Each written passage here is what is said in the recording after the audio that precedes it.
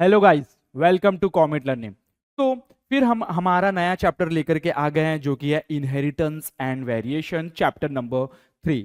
सो क्या बता रहा है भाई, ये हमारे चैप्टर्स में मतलब क्लास 12th में जेनेटिक्स का फर्स्ट चैप्टर है जो कि है इनहेरिटेंस एंड वेरिएशन, जो कि आप 10th में भी पढ़ के आए हैं लगभग। अगर किसी ने 10th में अच्छे से पढ़ाई की होगी तो उसको पता होगा कि भाई क्या होता है इनहेरिटेंस, क्या होता है वेरिएशन। ठीक है, क्या है इनहेरिटेंस। अच्छा, इनहेरिटेंस नहीं तो हेरिडिटी की डेफिनेशन क्या होता है हेरिडिटी। देखो सिंपल, आप अलग अलग मत समझो इनको। मैं तो कहना चाहूंगा कि आप ये समझो कि ये दोनों एक ही है, कि क्या है इनहेरिटेंस और हेरिडिटी। सिंपल डेफिनेशन है इनकी, आपको सबको वो याद ही होगी क्योंकि हम बोलते आते हैं the transfer of character from parents to offspring. क्या? The transfer of character from parents to offspring। Parents to offspring, offspring बोले तो बच्चा, ठीक है। जो पेरेंट्स से बच्चे में जो गुण आते हैं उसको हम क्या कहते हैं? उनको हम हेरिडिटी या फिर इनहेरिटेंस कहते हैं। क्लियर है? अब आप इसको इस तरीके से भी लिख सकते हो कि the transfer of character from one generation to next generation, one generation to next generation. एक जनरेशन से जो नेक्स्ट जनरेशन में जो कैरेक्टर ट्रांसमिट होते हैं उसको हम क्या कहते हैं? इनहेरिटेंस कहते हैं या हेरिडिटी कहते हैं। सिंपल। अब ये तो हमने बोल दिया कि भाई जो कैरेक्टर ट्रांसफर होते हैं उसको हम क्या कहते हैं? क्या कहते हैं? हेरिडिटी कहते हैं या फिर इनहेरिटेंस कहते हैं। जब हम बोलते हैं कि कोई बच्चे ने जन्म लिया, कोई बच्चे ने जब जन्म लेता है तो वो क्या पूरा एग्जैक्ट अपने पेरेंट्स के जैसे दिखता है? नहीं, हम ऐसे बोलते हैं कि इसकी नाक इसके जैसी है, इसकी आंख इसके जैसी है। क्या हम बोलते हैं कि एग्जैक्ट ये बिल्कुल इसी तरीके से अपने पेरेंट्स के जैसा है? नहीं, उसमें कुछ नए कैरेक्टर आए हुए होते हैं, उन्हीं को तो अपन वेरिएशन कहते हैं। क्या कहते हैं? वेरिएशन। जो नए कैरेक्टर हमको उसमें देखने को मिलते हैं other than parents, other than parents, तब हम बोलते हैं कि भाई ये इसमें हमको वेरिएशन देखने को मिल रहा है। तो ये वेरिएशन की किस वजह से आता है? तो आपको एक चीज मैं बता दूं कि जब हमने मियोसिस वगैरह पढ़ा है ना, मियोसिस में एक स्टेज आती है पिकाइटाइन वाली जहां पे क्रॉसिंग ओवर होता है, मटेरियल एक्सचेंज होता है, जेनेटिक मटेरियल। उसी टाइम पे क्या हो जाता है? वेरिएशन वाली कंडीशंस क्या हो जाती? अराइज हो जाती है। क्लियर है? तो इस चैप्टर में अपने को क्या देखना है? सिर्फ यही दो वर्ड के बीच में अपने को ये चैप्टर में खेलना है। एक है इनहेरिटेंस और दूसरा है वेरिएशन। क्या है? इनहेरिटेंस और वेरिएशन के बारे में। ठीक है, क्लियर है? चलो अब धीरे धीरे इस चैप्टर को अपन आगे की तरफ लिए चलते हैं। क्या है chapter? Inheritance and variation. Clear है? तो अब क्या बताया है कि इनहेरिटेंस की डेफिनेशन तो अब सभी को याद हो गई होगी। क्या याद हो गई होगी? क्या क्या है पूछ रहा हूं भाई, जिसको समझ में आ गया कमेंट सेक्शन में लिखे प्लीज। ठीक है, so transfer of character from parents to offspring. अब मैं क्या बोल रहा हूं कि ये जो कैरेक्टर ट्रांसफर होते हैं ऐसे कैसे ट्रांसफर हो जाते हैं भाई? ऐसे कैसे ट्रांसफर हो जाते हैं? सबसे पहले हमको ये समझना होगा कि ये कैरेक्टर है कहां। सबसे पहले कि कैरेक्टर है कहां? ये क्या है? ये सेल है। ये क्या है? सेल है। सेल के अंदर क्या है? न्यूक्लियस है। क्या है सेल के अंदर? न्यूक्लियस। न्यूक्लियस के अंदर क्या होता है? डीएनए। तो इसको मैंने बाहर निकाला, डीएनए। ठीक है, ये जो सिंपल डीएनए है हमारा, ये क्या होता है कि जब सेल डिवीजन के टाइम पे क्या हो जाता है? कंडेंस्ड होता है। क्या होता है? कंडेंस्ड। यही डीएनए कंडेंस्ड होके क्या बन जाता है? क्रोमोसोम बन जाता है। क्या बन जाता है? क्रोमोसोम बन जाता है। अगर इसी को मैं ओपन करूं, ये देखो इस तरीके से पूरा डीएनए होता है हमारा। ये इस तरीके से पूरा हिस्टोन प्रोटीन में लपटा हुआ डीएनए होता है जो कि सेल डिवीजन के टाइम पे क्या हो जाता है? कंडेंस्ड हो जाता है। तो इस तरीके से हमारा डीएनए होता है। ठीक है, यही डीएनए में कुछ ऐसे छोटे छोटे सीक्वेंस होते हैं, छोटे छोटे सीक्वेंस होते हैं, उनको क्या कहते हैं हम? जीन्स। क्या कहते हैं उनको? जीन्स कहते हैं। क्या कहते हैं? जीन्स कहते हैं। क्लियर है? तो ये जो बेसिक सी चीजें मैं आपको बताना चाहता था कि भाई हाँ, ये इस तरीके से वर्क करता है करके, 1 मिनट। यस, तो ये जो चीज है, क्या देख रहे हैं हम इसमें कि ये जो सेल है, सेल के अंदर न्यूक्लियस, न्यूक्लियस के अंदर डीएनए, डीएनए कुछ ऐसा होता है, यही डीएनए कंडेंस्ड होके क्या बनता है, क्रोमोसोम बनता है। यही हमारा डीएनए कंडेंस्ड होके क्या बन जाता है, क्रोमोसोम बनता है। और इसी डीएनए में छोटे छोटे सीक्वेंस होते हैं जिनको हम क्या कहते हैं, जीन। क्या कहते हैं, जीन। और यही जीन हमारे कैरेक्टर, ये सी है, कैरेक्टर को क्या करते हैं, एक्सप्रेस करते हैं। क्या करते हैं बेटा, एक्सप्रेस करते हैं। मतलब इन्हीं जीन्स के वजह से कैरेक्टर एक्सप्रेस होते हैं प्रोटीन के फॉर्म में। ठीक है, अब हम ये जो इनहेरिटेंस और वेरिएशन पढ़ रहे हैं, ये जो चैप्टर आता है ना, इसको अपन जेनेटिक्स का बोलते हैं। क्या बोलते हैं, जेनेटिक्स, जेनेटिक्स। ठीक है, जेनेटिक्स का टॉपिक है ये हमारा। तो और आपको पता है कि फादर ऑफ जेनेटिक्स कौन है, पता है क्या, father of genetics, father of genetics है मेंडल भैया। कौन है, मेंडल, ग्रेगर जॉन मेंडल। ठीक है, तो ग्रेगर जॉन मेंडल के बारे में अब मैं आपको बता देता हूं कुछ बेसिक बेसिक सी चीजें। तो ध्यान में रखो कि ग्रेगर जॉन मेंडल जो है, ये क्या कर रहे थे अपने रिसर्च के टाइम पे, इन्होंने रिसर्च स्टार्ट किया। तो इन्होंने रिसर्च करने के लिए जो सैंपल यानी कि जो प्लांट यूज किया, वो प्लांट था पी प्लांट। क्या था, पी प्लांट, जिसका साइंटिफिक नेम है पिजम सैटिवम। क्या नाम है, पिजम सैटिवम। क्लियर, क्लियर है सभी को यहां तक के। देन अब ये जो थे ना, कौन थे, मेंडल अंकल जो थे हमारे, इनके जो फादर थे वो क्या थे, फार्मर थे। क्या थे, फार्मर थे। जिसके वजह से मुझे ऐसा लगता है कि थोड़े बहुत इनके पास भी इनहेरिटेड कैरेक्टर होकर के आए खेती करने के, तभी तो इन्होंने पी प्लांट के ऊपर क्या किया, एक्सपेरिमेंट किया ऑब्वियसली। तो पी प्लांट के ऊपर इन्होंने जो एक्सपेरिमेंट किया वो काफी सक्सेसफुल रहा। उसके हमको सक्सेस के बारे में भी देखना है, क्यों सक्सेस हुआ है, बहुत सारी चीजें हमको इसके बारे में सीखनी है। ठीक है, तो चलो अपन थोड़ा सा मेंडल के बारे में जान लेते हैं। क्या बोल रहे हैं अपन, मेंडल कि इनके जो फादर थे वो भी क्या थे, फार्मर थे। क्या थे, फार्मर थे। फिर मैंने बताया कि इन्होंने जो प्लांट पे एक्सपेरिमेंट किया, वो प्लांट कौन सा था, पी प्लांट। कौन सा था, पी प्लांट। क्लियर है। देन फिर जो इन्होंने पी प्लांट सिलेक्ट किया, उसके भी इन्होंने कॉन्ट्रास्टिंग कैरेक्टर लिए, 7 कॉन्ट्रास्टिंग कैरेक्टर लिए। कितने, 7 कॉन्ट्रास्टिंग कैरेक्टर लिए। भाई कॉन्ट्रास्टिंग कैरेक्टर क्या होते हैं, कॉन्ट्रास्टिंग कैरेक्टर क्या होते हैं, देखो कॉन्ट्रास्टिंग कैरेक्टर मतलब ये होता है कि जब हम दो कैरेक्टर को आपस में पूरा डिफरेंशिएट कर पाए कि हाँ ये कैरेक्टर का अपोजिट ये कैरेक्टर है, ये हम इजीली इसको क्या कर सकते हैं, बता सकते हैं। ऐसे कैरेक्टर को हम बोल सकते हैं कि ये कैसा कैरेक्टर है, कॉन्ट्रास्टिंग कैरेक्टर। जैसे एकदम ज्यादा हाइट होना और एकदम कम हाइट होना, ये दोनों कैरेक्टर आपस में कॉन्ट्रास्ट है। ठीक है, तो ऐसे कैरेक्टर हमको क्या कहते हैं, कॉन्ट्रास्टिंग कैरेक्टर। ऐसे कितने कैरेक्टर लिए थे इन्होंने, 7 कैरेक्टर लिए थे। किन्होंने, मेंडल ने। पी प्लांट के ही लिए थे। वो कौन कौन से है बता दूं, वो कौन कौन से है, ठीक है चलो लिख लेते हैं। तो वो कैरेक्टर कुछ इस तरीके से है। फर्स्ट मैं ले लेता हूं भाई उसकी हाइट, पी प्लांट की हाइट। ठीक है, then shape of seed, shape of seed. Then ले लेता हूं colour of seed, colour of seed हो गया। तो फिर colour of pod, colour of pod यानी कि वो जो छिलका अपन बटाना रहता है ना, पी प्लांट का जो छिलका रहता है पॉड, उसको क्या कहते हैं, pod. Colour of pod, then shape of pod. फिर आ जाते हैं कलर ऑफ फ्लावर, और फिर आ जाते हैं पोजीशन ऑफ फ्लावर के ऊपर।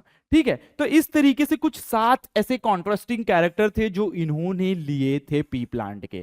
तो इन्होंने जो ये पी प्लांट के ये जो कैरेक्टर्स लिए, ये आपस में कॉन्ट्रास्ट थे। तो ये कॉन्ट्रास्ट थे, मतलब अब इसमें दो चीज निकल के आती है। एक कैरेक्टर को इन्होंने डोमिनेंट बोला था, और एक कैरेक्टर को इन्होंने क्या बोला था, रिसेसिव बोला था। क्या बोला था, रिसेसिव। भाई ये डोमिनेंट क्या होता है, रिसेसिव क्या होता है, ये आपको 9th और 10th में आप पढ़ के आ रहे हो। इसका मतलब ये है कि मैं नहीं बताऊंगा, ऐसा है क्या, बिल्कुल भी नहीं, मैं बताऊंगा।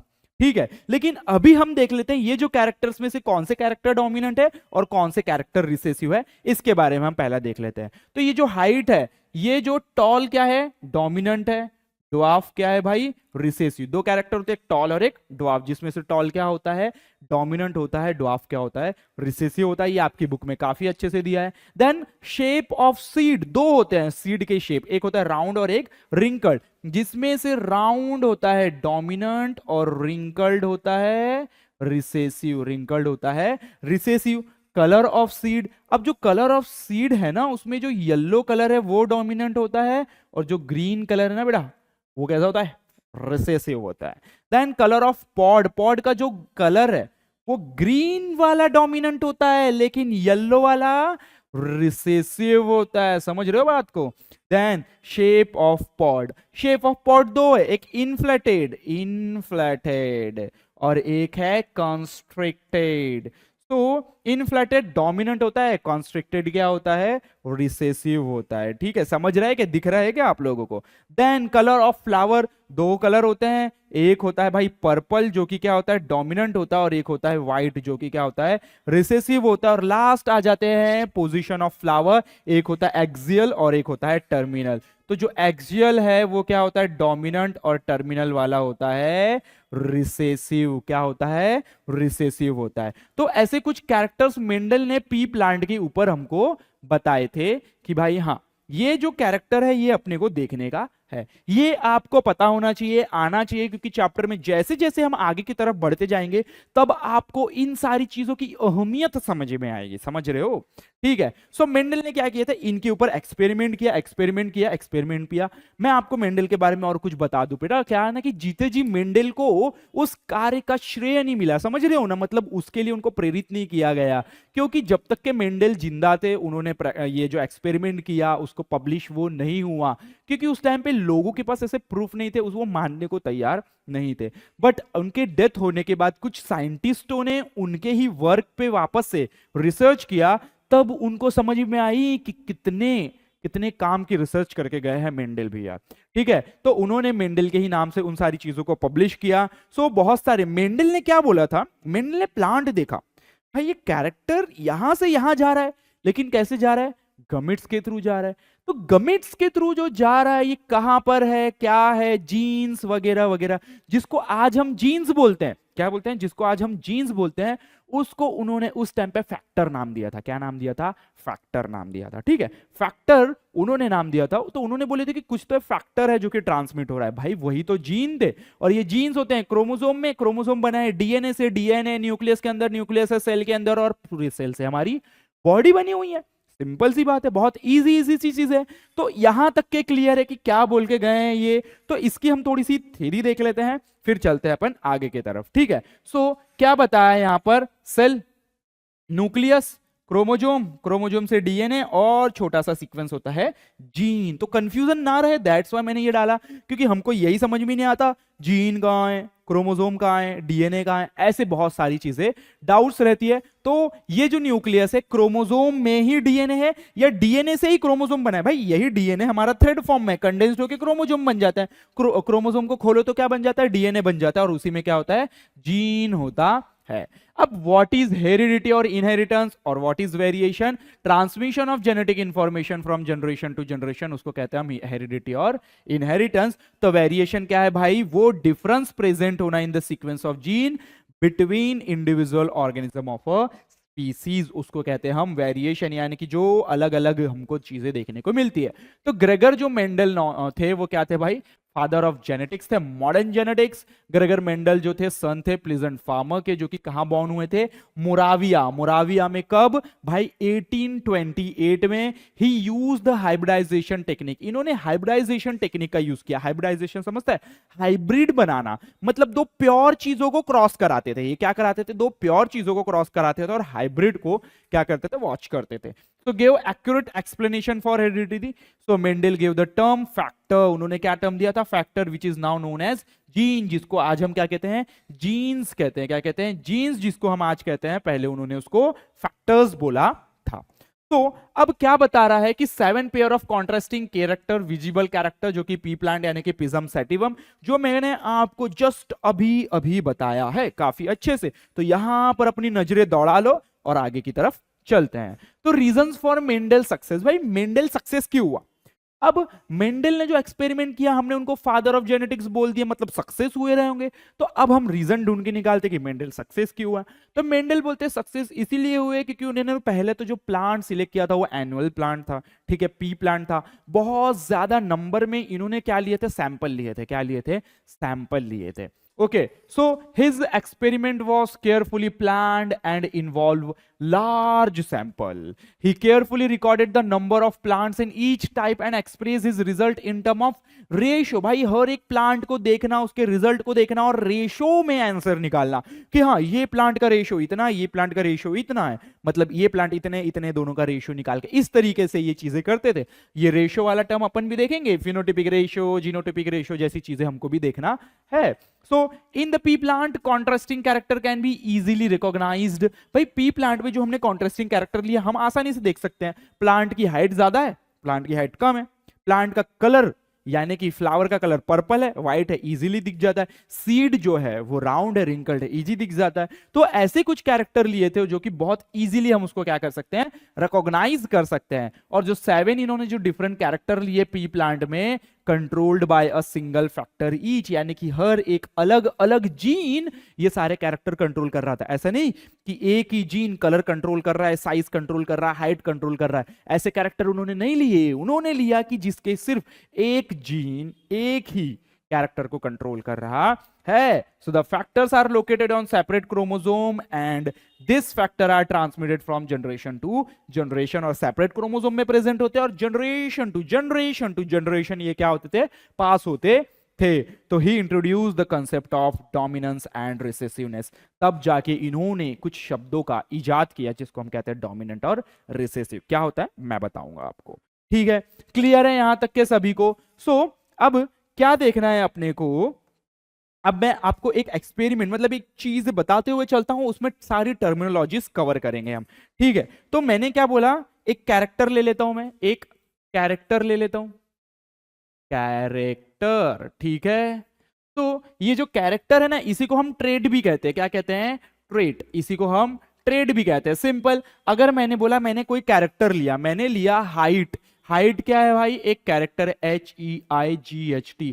हाइट क्या है, कैरेक्टर है। तो ये जो हाइट का जो कैरेक्टर है इसमें दो ट्रेट है, दो ट्रेट है। कौन कौन सा, एक टॉल, एक टॉल और एक ड्वार्फ, एक टॉल और एक ड्वार्फ, इस तरीके के। ये क्या है, कैरेक्टर है, और ये क्या है, ट्रेट है। ये क्या है, ट्रेट है। टॉल क्या है भाई, ट्रेट, ड्वार्फ ट्रेट। तो इनको क्या कहते हैं, मतलब कैरेक्टर और ट्रेट लगभग सेम ही होता है, इस तरीके से अपन बोल सकते हैं। तो मैंने ये चीजें ली, तो अब मैं क्या कर रहा हूं, पी प्लांट का ही ले रहे हैं हम, सिंपल सी बात है। ये जो टॉल है ना, मैंने इसको लिख दिया कैपिटल टी, कैपिटल टी। क्या लिख दिया, कैपिटल टी, कैपिटल टी। ये जो ड्वार्फ है ना, इसको मैंने लिख दिया स्मॉल टी, स्मॉल टी। क्या लिख दिया, capital T, capital T, small T, small T.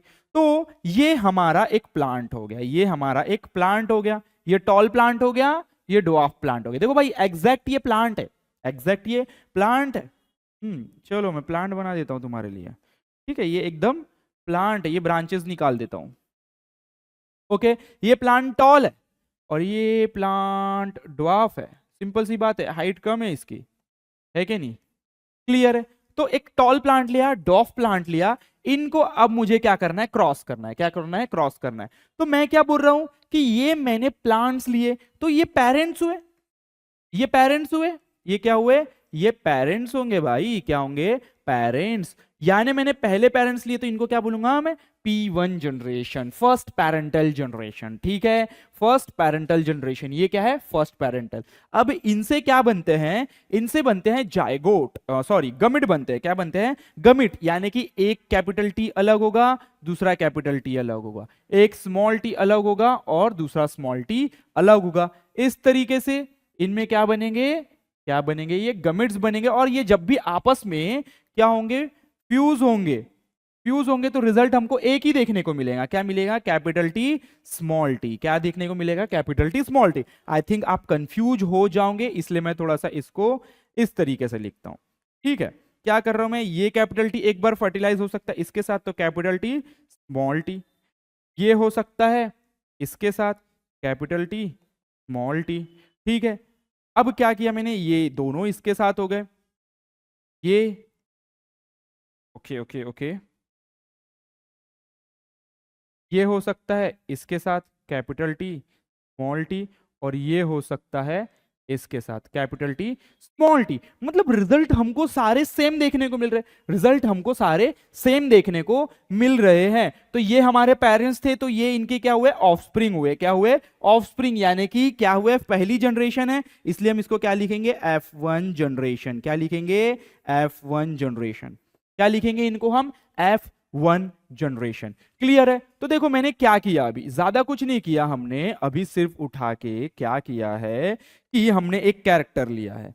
हमने क्या लिया है, एक कैरेक्टर लिया, ट्रेड जिसको हाइट बोला, टॉल, ड्वार्फ। इनके ये क्या हो गए, हमारे पेरेंट्स हो गए, दोनों पेरेंट्स के बीच में यानी कि P1 जनरेशन हो गया, दोनों को क्या कर दिया हमने, क्रॉस कर दिया। क्या कर दिया, क्रॉस कर दिया। तो हमको क्या मिला भाई, a capital T small T, capital T small T, capital T small T, capital T small T, जो कि क्या है, F1 जनरेशन है। क्या है, F1 जनरेशन। और इस कंडीशन को हम क्या कहते हैं, हाइब्रिड। क्या कहते हैं, हाइब्रिड। क्या देखने को मिल रहा है, हाइब्रिड देखने को मिल रहा है हमको, ये सारे के सारे हाइब्रिड है। हाइब्रिड मतलब क्या होता है, जहां पर दो प्योर चीजों का मिक्सचर, दो प्योर चीजों का मिक्सचर हाइब्रिड। ये प्योर है, ये प्योर है, दोनों को मिक्स कर दिया, कैपिटल टी स्मॉल टी, तो ये क्या मिल रहा है हमको, हाइब्रिड मिल रहा है। क्या मिल रहा है, हाइब्रिड मिल रहा है। ठीक है। अब मैंने बोला ये प्लांट टॉल है, ये प्लांट ड्वार्फ है, तो ये प्लांट कैसे होंगे, जब ये प्लांट देखे गए ना, तो ये सारे प्लांट कैसे थे, ये सारे प्लांट थे भाई टॉल। कैसे थे,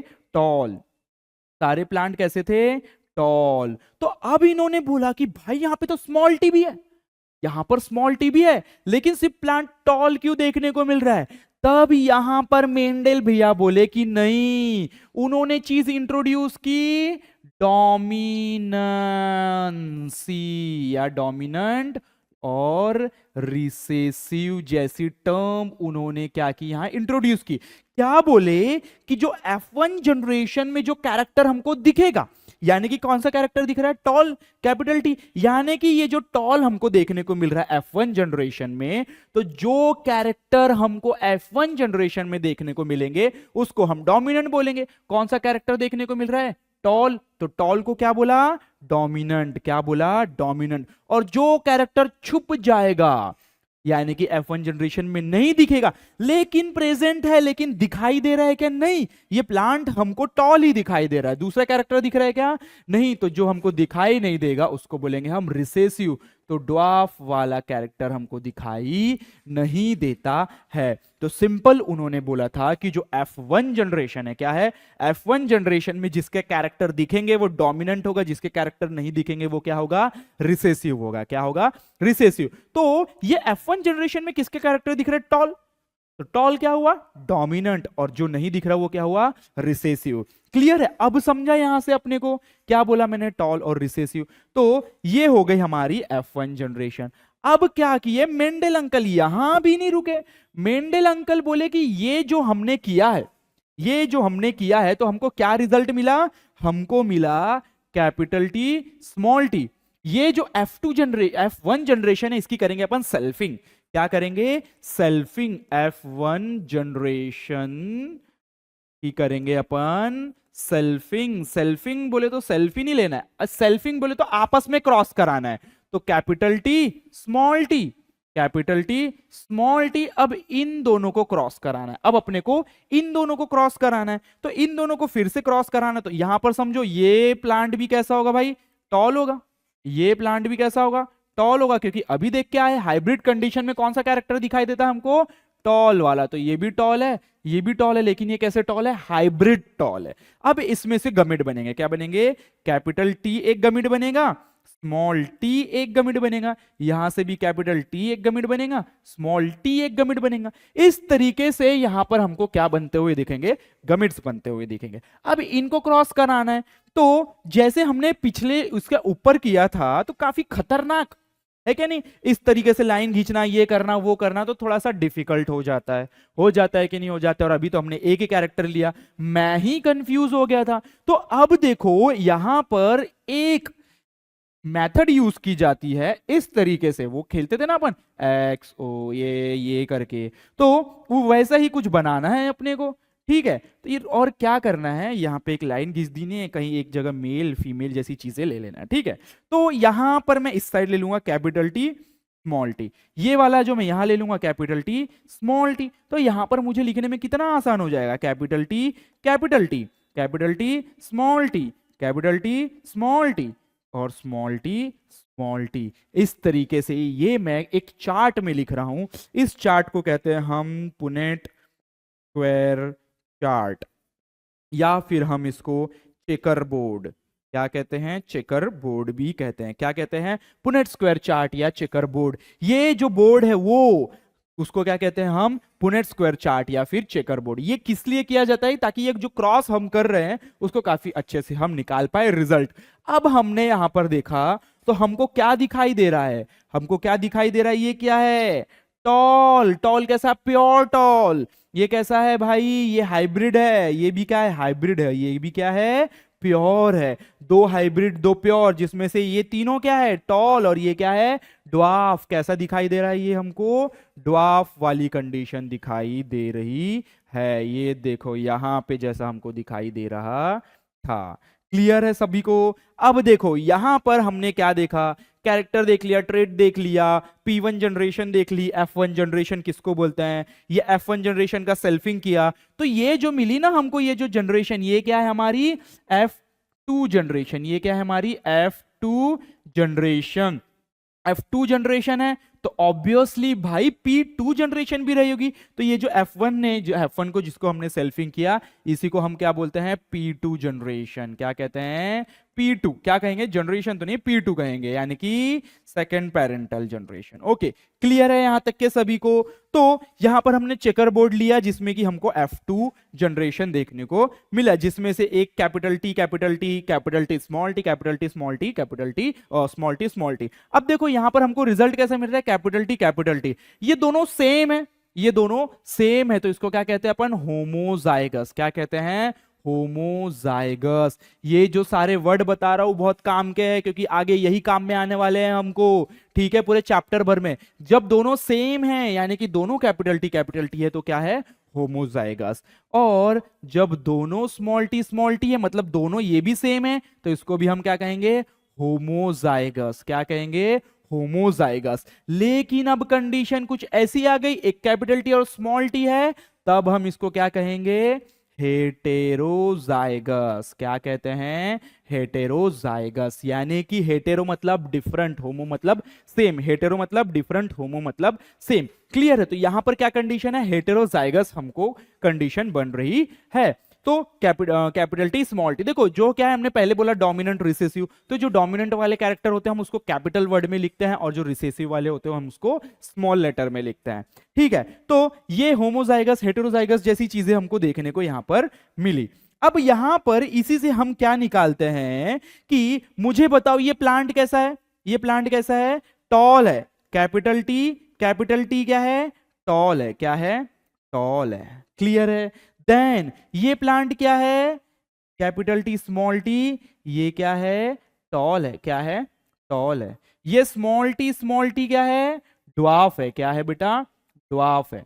क्लियर है यहां तक के सभी को। तो अगर मैं कोई प्लांट को देख के बता सकता हूं, जैसे मैंने बोला ये प्लांट कैसा है, मेरे को ये प्लांट टॉल दिख रहा है, ये प्लांट टॉल दिख रहा है, ठीक है। तो ये जो प्लांट हम देख के बताते हैं कि ये जो टॉल है, ये क्या है, टॉल है, तो इसको क्या कहते हैं हम, फिनोटाइप। क्या कहते हैं, फिनोटाइप। जो चीज हम देख के बता सकते हैं उसको हम कहते हैं फिनोटाइप। अगर कोई प्लांट टॉल है या ड्वार्फ है, हम देख के बता सकते हैं। उस फ्लावर का कलर क्या है, हम देख के बता सकते हैं। तो सिंपल जो हम हमारी खुली आंखों से देख करके बता सकते हैं कि ये प्लांट टॉल है या ड्वार्फ है, वैसे कैरेक्टर को हम कहते हैं, मतलब उसको क्या कहते हैं, फिनोटाइप। जैसे मैंने बोला ये टॉल है, यानी कि इसको क्या कहेंगे, फिनोटाइप। लेकिन ये जो टॉल ऐसा ऐसा लिखा कैपिटल टी, इसको हम क्या कहते हैं, जीनोटाइप। क्या कहते हैं, जीनोटाइप। किसी प्लांट को देख के आप बता सकते हो कि ये टॉल है, लेकिन आप उसको ये नहीं बोल सकते कि ये कैपिटल टी है। ये देख के बता सकते हो क्या, बिल्कुल भी नहीं। ये तो उसके जेनेटिक लेवल पे इंफॉर्मेशन प्रेजेंट है, इसीलिए हम इसको क्या कहते हैं, जीनोटाइप। क्या कहते हैं, जीनोटाइप। तो टॉल इस तरीके कैरेक्टर जो हम देख के बता पा रहे हैं उसको क्या कहते हैं, फिनोटाइप। देख के बता रहे हैं फिनोटाइप, देख के बता पा रहे हैं फिनोटाइप, देख के नहीं बता पाते उसको क्या कहते हैं, जीनोटाइप। ये हम देख के नहीं बता पाते, इसलिए हम उसको क्या कहते हैं, जीनोटाइप। क्या कहते हैं, जीनोटाइप। क्लियर है। अब देखो यहां पर मैंने क्या बोला, ये प्लांट कैसा है, टॉल है, ये प्लांट कैसा है, टॉल है, ये प्लांट कैसा है, टॉल है।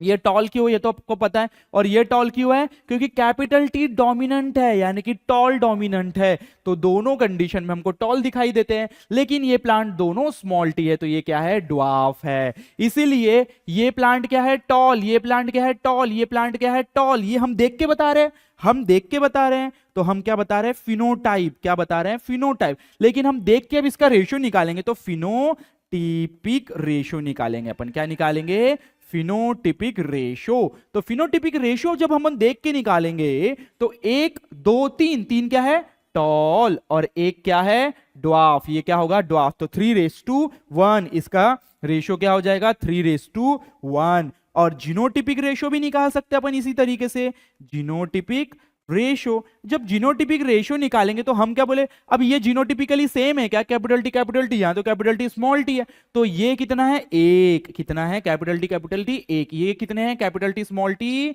2, और स्मॉल टी कितना है, 1। तो हमारा जीनोटिपिक रेशियो क्या हो गया, 1:2:1, और phenotypic ratio 3:1। Genotypic and phenotypic both the ratios are not equal here. Yes, समझ में आ रहा है तुम लोगों को क्या बोल रहा हूं मैं। तो यहां पर जब हम दोनों का रेशियो निकाल रहे हैं, दोनों का सेम नहीं है, तो फिनोटिपिक रेशियो की भाई 3 टॉल है और 1 ड्वार्फ है, जो कि हम देख के बता सकते हैं। लेकिन जीनोटिपिकली वो अलग अलग है, 1:2:1 इस तरीके की कंडीशन है। और जो हम ये जो रेशियो है, ये F2 जनरेशन का निकालते हैं बेटा। किसका निकालते हैं, F2 जनरेशन का निकालते हैं। क्या निकालते हैं, जनरेशन, और उसके बाद की जनरेशन का ही हम फिनोटिपिक जीनोटिपिक रेशियोज निकालते हैं। क्लियर है। तो मैंने बहुत सारी ऐसी टर्मिनोलॉजीज इसी में कंप्लीट करने की कोशिश की है। तो देख लेते हैं क्या क्या देखा हमने। हमने इसमें देखा भाई कैरेक्टर ट्रेट, हाइट का कैरेक्टर देखा, देन टॉल, ड्वार्फ देखा, ठीक है। टीटी P1 जनरेशन, P क्या है, अपनी जो सबसे पहले पेरेंट्स होते हैं वो, फिर इनके गमिट्स बनते हैं, तो F1 जनरेशन मिलता है, जो कि सारे के सारे कैसे होते हैं, हाइब्रिड होते हैं। हाइब्रिड यानी कि वही टॉल देखने को मिलेगा जिसको अपन F1 जनरेशन में जो हमको कैरेक्टर देखने को मिलेंगे वो कैसा होगा, डोमिनेंट होगा। जो नहीं देखने को मिलेंगे वो रिसेसिव हो जाएगा। फिर F1 का वापस से हम सेल्फिंग कर देंगे, जिसको हम P2 जनरेशन बोले, गमिट्स बनेंगे, क्रॉस होगा, F2 जनरेशन मिलेंगी। चेकर बोर्ड के अंदर करेंगे इसको अपन, जिसको हम चेकर बोर्ड या पुनेट स्क्वायर बोलते हैं। F2 जनरेशन निकल के आया, जिसमें से हमने बताया होमोजाइगस बताया, हेटेरोजाइगस बताया, और क्या बताया, फिनोटाइप बताया, जीनोटाइप बताया, देन फिनोटाइपिक रेशियो निकाला, जीनोटाइपिक रेशियो निकाला। ये जो सारी चीजें देखे, अब इसको हम इस सारी चीजों में खत्म करने की कोशिश करेंगे। क्या करेंगे, कोशिश करेंगे। ओके, सो जेनेटिक टर्मिनोलॉजी। ये सॉरी, थोड़ा इधर आ जाइए, थोड़ा सा आप डिस्टर्ब हो गए। यस यस, ये क्या बात है, क्या बात है। तो क्या हो रहा है यहां पर, अब हम देख रहे हैं भाई जेनेटिक टर्मिनोलॉजी, यानी कि वही टर्मिनोलॉजीज जो हमको इस चैप्टर में लगेगी, यानी कि पूरे जेनेटिक्स में लगने वाली है। कैरेक्टर अभी देख के आए कि it is the specific features of an organism, जैसे कि हाइट ऑफ द प्लांट या स्टेम। देन ट्रेट उसको बोलते हैं जो कि इनहेरिट होते हैं और डिटेक्टेबल है, जैसे कि टॉल है या ड्वार्फ है। फैक्टर को ही मैंने जीन्स भी बोला है। ये क्या है, it is a unit of heredity. Unit of heredity मतलब जो हेरिडिटी हम बोल रहे हैं ना, ट्रांसमिट हो रहा है, जीन ही तो ट्रांसमिट हो रहा है, उसी को हम क्या कहते हैं, उसका यूनिट है। So a particle present in the organism which is responsible for the inheritance and expression of the character। कोई भी कैरेक्टर को के लिए जो ट्रांसमिट हो रहा है, जो उसको एक्सप्रेस करेगा, यानी कि जीन, उसको क्या कहते हैं अपन, factor. Factor is pass from one generation to the next generation through gametes. Gametes के थ्रू ये क्या होता है, पास ऑन होते हैं। और फैक्टर डिटरमाइन अ जेनेटिकल यानी कि biological character of an organism. Biological character कैसे होंगे उस ऑर्गेनिज्म के, वो हम इसमें देखेंगे। देन सबसे पहले अब बताया है जीन्स। क्या बताया है, genes it is a particular segment of DNA. एक डीएनए का एक पर्टिकुलर सेगमेंट को हम क्या कहते हैं, जीन, जो कि रिस्पॉन्सिबल होता है इनहेरिटेंस और expression of the character. Character जो हम बोल रहे हैं ना, उसके एक्सप्रेशन और ट्रांसमिट के लिए वही रिस्पॉन्सिबल होता है। कौन रिस्पॉन्सिबल होता है, जीन। अब देखो यहां पर वर्ड यूज किया अलील और एलिलोमॉर्फ्स। डरना बिल्कुल नहीं है भैया, डरना बिल्कुल नहीं है। देखो, क्योंकि तुम मेरे साथ हो, डरना बिल्कुल नहीं है। देखो हमने क्या किया था, अलील्स क्या होते हैं, अलील्स कुछ नहीं होते हैं। अलील्स होते हैं तो ये होते हैं अलील्स। देखो क्या बोल रहा है, यस, ये हाइट है, ये टॉल बोला हमने। तो ये जो कैपिटल टी स्मॉल टी ये जो हम लिख रहे हैं कैपिटल स्मॉल टी इनको अलील्स कहते हैं। देखो कैरेक्टर एक है, कैरेक्टर एक है, कितने कैरेक्टर है, एक ही कैरेक्टर है। जैसे कि टॉल, टॉल के अंदर दो अलील है, कितने, दो अलील, कैपिटल टी, इनको क्या कहते हैं अपन, अलील्स कहते हैं। क्या कहते हैं भाई, अलील्स कहते हैं, ठीक है। और उसी को मतलब अलील शॉर्ट फॉर्म है एलिलोमॉर्फ का। The two or more alternative form of given gene are called as allele of each other, they occupy identical loci, यानी कि एक ही जगह पर, डीएनए के एक ही जगह पर रहते हैं, यानी कि होमोलोगस क्रोमोसोम पर। और allele is a short form of allelomorphs, allele is a short form of allelomorphs, ठीक है। देन आ जाते हैं next is dominant and the recessive. Dominant recessive क्या बताया मैंने कि ये टॉल और ड्वार्फ का क्रॉस हुआ तो हमको जो देखने को मिला, कंडीशन जो देखने को मिलेगी F1 में, वो कैसा होगा भाई, वो होगा डोमिनेंट, और जो देखने को नहीं मिलेगा वो होगा recessive. An allele capable of expressing its trait even in the presence of an alternative allele is called dominant allele. दूसरे के प्रेजेंट होने के बाद भी खुद को एक्सप्रेस करना, उसको वो कहलाता है डोमिनेंस, ठीक है, उसको अपन कहते हैं dominant. In heterozygous condition dominant one always show their expression. Heterozygous condition में हमेशा डोमिनेंट हमको देखने को मिलेगा, जैसे कि कैपिटल टी अलील हमको देखने को मिलता है। रिसेसिव में क्या होता है भाई, allele that is not expressed in the presence of an alternative allele is called recessive allele. जो प्रेजेंस वहां पर है लेकिन एक्सप्रेस नहीं हो रहा है उसको हम कहते हैं रिसेसिव। हेटेरोजाइगस कंडीशन में वो हमको देखने को नहीं मिलता, एक्सप्रेस नहीं होता। एक्सप्रेस ओनली कब, जब होमोजाइगस कंडीशन में प्रेजेंट होता है, जैसे कि स्मॉल टी। क्लियर है। Now move on to the next. अब क्या बताया, फिनोटाइप और जीनोटाइप। फिनोटाइप और जीनोटाइप वही बताया मैं, जो देख के हम बता सकते हैं भाई वो फिनोटाइप, जिसको हम देख के नहीं बता सकते, जो जेनेटिक लेवल पर इंफॉर्मेशन अवेलेबल है उसको हम कहते हैं जीनोटाइप। क्लियर। ये सारी चीजें आप लोग रीड कर लेना मैंने क्या लिखा हुआ है। देन आफ्टर दैट होमोजाइगस और हेटेरोजाइगस अभी बताया कि जब दोनों कैपिटल टी ये दोनों सेम है, ये दोनों सेम है तो दोनों क्या है, होमोजाइगस। लेकिन ये क्या है, अलग अलग, इसलिए हम इसको क्या कहते हैं, हेटेरोजाइगस। देखो एग्जांपल कुछ ऐसे ही दिए हुए हैं आपको, ये हेटेरोजाइगस का एग्जांपल और ये होमोजाइगस का एग्जांपल, ठीक है, जो पूरे के पूरे इंडिविजुअल में देखने को मिलते हैं। नाउ प्योर लाइन यानी कि वही पूरे पॉपुलेशन में जब होमोजाइगस वाली कंडीशन देखने को मिलेगी, एन इंडिविजुअल और population which is homozygous for more trait is called pure line, ठीक है, ज्यादा कैरेक्टर के लिए जब हमको सेम सारे होमोजाइगस कंडीशन देखने को मिलेगी तब हम उसको क्या कहते हैं, प्योर लाइन। नाउ मोनोहाइब्रिड और मोनोहाइब्रिड क्रॉस। मोनोहाइब्रिड क्या होता है, देखो चलो अब आपको एक एक चीज, अब मैंने यहां पढ़ाई है, नहीं यहां पढ़ाई है, सॉरी चीज तो मैंने आपको कहां पढ़ाई है, वेट, यहां पढ़ाई है।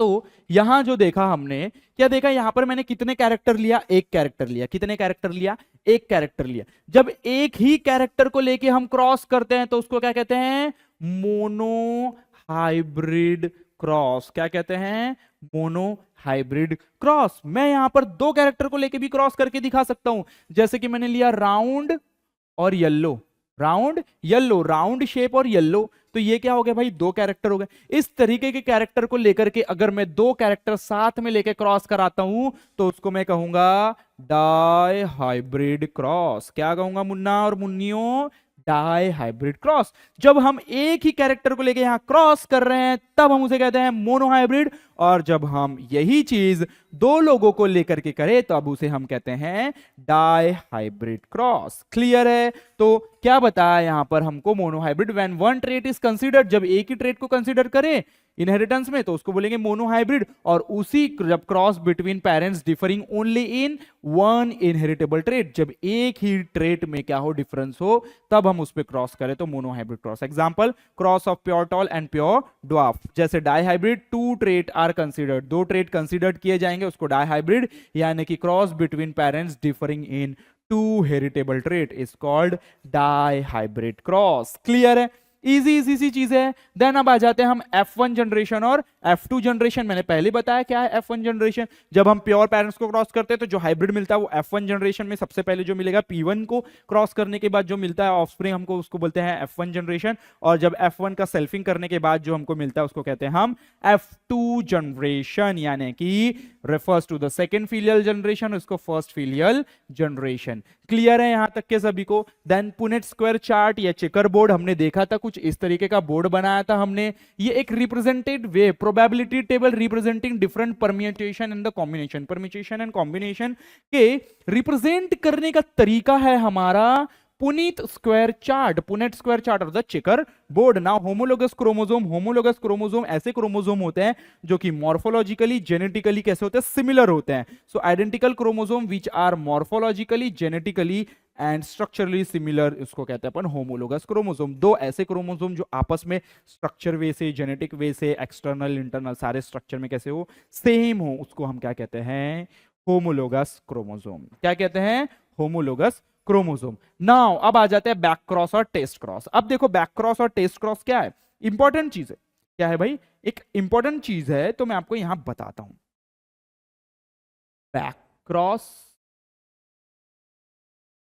और टेस्ट क्रॉस।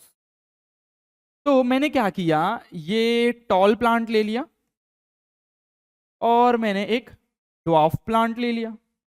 लिया कि नहीं लिया, दो प्लांट ले लिया। अब इनके मैंने क्या बनाए, गमिट्स बनाए, capital T, small T, sorry wait wait wait, क्यों कैपिटल टी स्मॉल टी होगा भाई, इधर भी तो कैपिटल टी होगा, यहां क्या होगा, स्मॉल टी, स्मॉल टी। तो इनके क्या मिलेगा हमको, हाइब्रिड कंडीशन मिलेगी, कुछ इस तरीके से रिजल्ट देखने को मिलेगा। अगर ये जो मेरे को मिल रहा है रिजल्ट, इसको मैं वापस से पेरेंट्स के साथ क्रॉस कराऊं, वापस से अगर पेरेंट्स के साथ क्रॉस कराता हूं, एक स्टेप बैक जाके क्रॉस किया, एक स्टेप बैक जाके क्रॉस किया, एक स्टेप बैक जाके क्रॉस किया, इसलिए हम इसको क्या कहते हैं, बैक क्रॉस। क्या कहते हैं, बैक क्रॉस। तो ये जो हाइब्रिड कंडीशन मिल रही है या जो भी कंडीशन मिलेगी हमको, इसको हम कोई भी पेरेंट्स के साथ, ऑब्वियसली ये बच्चा है, ये मुन्ना है, किनका मुन्ना है, इनका मुन्ना है, तो इनके ही साथ अगर पेरेंट्स के साथ क्रॉस किया जाए उनके ऑफस्प्रिंग का, एक स्टेप पीछे जाके, उसको क्या कहते हैं अपन, बैक क्रॉस।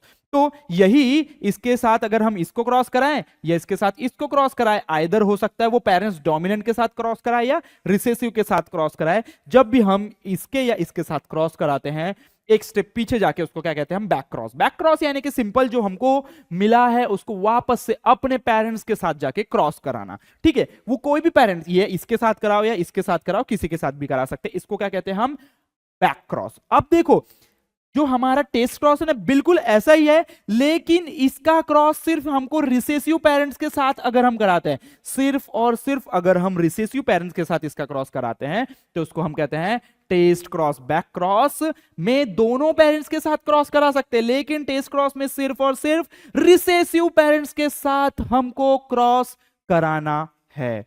क्लियर है, इसलिए हम इसको क्या कहते हैं, टेस्ट क्रॉस। टेस्ट क्रॉस बहुत इंपॉर्टेंट है, क्योर मैं बता देता हूं। मैं कुछ लाइन बोलने जा रहा हूं तो ध्यान से सुनना और बोलना कि भाई test cross is back cross but back cross is not test cross. ठीक है, क्या बोला मैंने, कि जो बैक क्रॉस है वो टेस्ट क्रॉस है, ऐसा बोला क्या मैंने, ऑब्वियसली।